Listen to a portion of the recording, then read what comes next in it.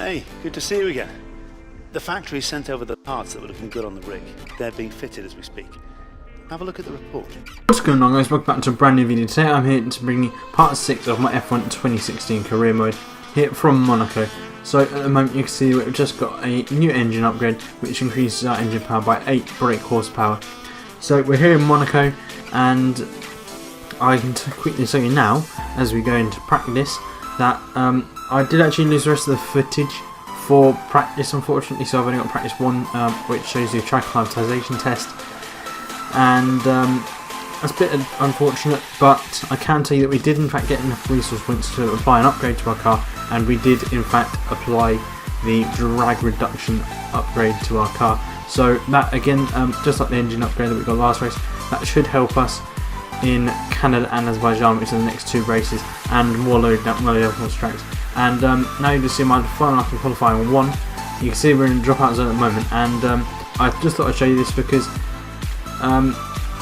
you can see that we are on actually a really good lap, and we would actually be moving up, and then you'll see what happens. But right now we've come up to Johnny and Palmer, so we need to clear him quickly because as we actually down with our front wing again, so we need to clear him. And I realised this was the only opportunity, and we hit the wall. So that was unfortunate. Our qualifying over, we couldn't improve on our lap, so we are going to be starting 17th on the grid. The reason I did that is because I knew that we had to just clear him as quick as possible, and you can see the Q1 results, see we're knocked out. I knew we needed to clear him because otherwise we wouldn't get another lap in.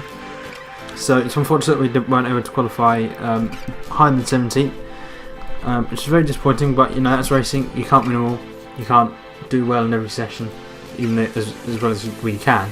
You just depends what you do. But looking at the rivalry update, you can see that we do in fact actually beat Carlos Sainz. Not this time actually, but we're only 1 away, so we should easily beat him. Looking at the driver position, obviously we're going to go down 2, so we're not exceeding the team's objectives, but we are still achieving it. And now let's go on to the race.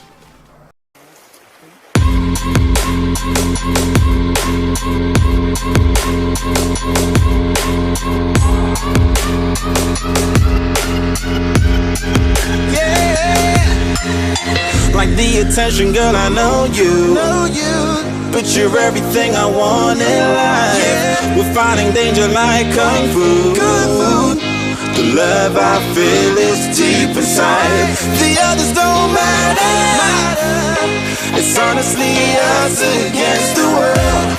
We're the perfect team. You're my dream, but I just want it. Can't get to myself. Can't get to myself. Can't get to myself. To myself. Can't get to myself. Can't get to myself. Now looking at the race strategy, you can see we're starting on the super soft tyres and then going on to the ultra soft tyres at the back end of the race. That seems like a pretty good strategy as we're actually underfueling the car, because I am expecting a safety car, but that is the strategy we're going with because it looks pretty good. And now we're on the grid, revving up to 5 red lights. The lights go out and we dump the clutch, and we actually get a very good start. We actually clear Sergio Perez straight away, and coming to the first corner we do try and actually go quite low, and then we actually make contact, and we get a warning for a collision with Kvyat, but luckily we are still up into 10th and into the points. Next up is our teammate Jensen Button, who we are going to obviously try and get past very quickly because we do want to beat our teammate, plus Mazda is ahead of him, and we think about going up the inside here, and we do go up the inside, but Button, being the driver that he is, sticks up around the outside, damages our front wing, and he actually goes up our inside at the lowest hairpin. Now yellow flags, and we take this opportunity to go alongside Button, and then when it goes green flags, overtake him, and that is us up into 9th place. Coming through time, there's actually a safety car, so we need to quickly slow down so we don't hit the back of Massa, and a safety car can really change this race, as now we're in 8th place, so I think there's something ahead of us as we're coming to the end of the safety car period on lap 4, coming on to lap 5. Massa, it seems like he gets a very, very good exit onto the straight, so that we can't actually get past him. We also stay ahead of Jensen Button. So now all we need to do is just keep going in this Grand Prix, keep it on the black stuff, not hit any of the barriers around the track, because we know we're going to be faster at the other race if Massa is faster than us, and if the drivers ahead all should be faster than us, as well as some drivers behind, but we know that we're going to be faster than them at the back end of the race. Now on to lap 6, we're actually right behind Felipe Massa, and come through a simple section, and then I think this is Casino Square, We got the inside and lock up, and we just tapped the wall, and we did get past Felipe Massa, but Jenson button past us, so we didn't gain anything, we didn't lose anything. And that was yellow flags as well. Again, that goes back to green flags. And Lewis Hamilton actually went into the pits. I think Massa might have done as well. So luckily, it's now around the point where the other drivers are going to be making their pit stops, the Ultrasoft drivers, and Button made the pit stop there, and you can see that we are now up into 3rd place. So the drivers ahead of us now, after around the time when the Ultrasoft drivers are making their pit stops, the drivers ahead now are Vettel and Verstappen. So we just need to keep going, as I said, because we know we'll be faster at the end of the race, and that's just what we need to keep doing. Just keep on the back stuff really. And now coming up to the end of lap 8, beginning of lap 9, Vettel and Verstappen are in the pits, and we move up into the lead of the Monaco Grand Prix, and Hulkenberg is also on the same strategy as us, so that will be very interesting as we have to set our new personal best lap time. And now coming up through up the hill, we actually hit the wall, and that's all she wrote. So looking at the replay, you can see that we go through the first corner right now very, very well actually. Now you can see we're coming through the first corner very well, taking the curve, and then we actually cut our rear wheel dead straight, and we were just a bit too close to the wall, and unfortunately that was our race over. Looking at it from the offset T-cam now, you can see up the hill, going, keeping the wheel dead straight, a bit too close to the wall, and that was all she wrote. So it's disappointing. But now looking at the race results, you can see Lewis Hamilton won the race ahead of the 2 Red Bulls of Daniel Ricciardo and Max Verstappen. Sebastian Vettel finishing 4th ahead of his fellow countryman Nico Rosberg. Then is the 2 Finns of Kimi Räikkönen and Valtteri Bottas finishing in 6th and 7th. Ken Magnussen finally gets points for Renault, finishing in 8th after starting 18th on the grid. Daniel Kvyat finishes in 9th, and Nico Rosberg rounds out the top 10. Looking down further, you can see Jenson Button finished in 19th. And Massa finished in 21st ahead of myself. Obviously I didn't finish the race.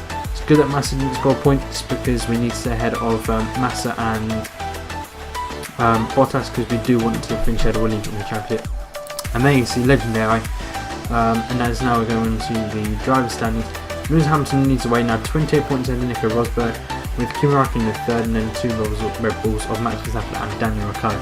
Sebastian Vettel is in 6th, 4 points away from myself in 7th. And then is Valtteri Bottas, just over our teammate Jenson Button, and then Carlos Sainz rounds out the top 10. So Massa and Bottas, I'm so hell lucky. Look at the constructors. Mercedes lead the way ahead of Ferrari and Red Bull, who are tied on points. Then it is my team McLaren in 4th ahead of the Williams, and then the teams yet got are Sauber, Manor and Haas, with Renault finally scoring points. And now we are going to look at the resource points we get for the race. We get, I believe that is 38 resource points to take us to a total of 145. Then we get the first driver bonus resource points, which give us an extra 54 resource points. Look at the driver update. We do in fact beat Carlos Sainz, because we actually got because we got a penalty for race, but we also did actually get a 3rd sector faster than Sainz, which is surprising. And in the driver position, we are actually going to end up staying on 8, because we moved down 2 and then moved up 2 because we beat Carlos Sainz in the rivalry, and because we are still above 30th in the Drivers' Championship. And one thing I don't think I mentioned is that for the next race we are actually getting the drag upgrade, so that should also help us with the engine upgrade at Canada and Azerbaijan, which are the next 2 races, and other low downforce tracks. But yeah, that's basically it for this video guys. So if you did enjoy it, please give it a big like, comment down below with your thoughts, subscribe if you are new for weekly F1 content. You can follow me on Twitter at Shadow82. As always, there is a link to that down in the description. All music used in this video is also down in the description. That's been it from me, and I will see you next time.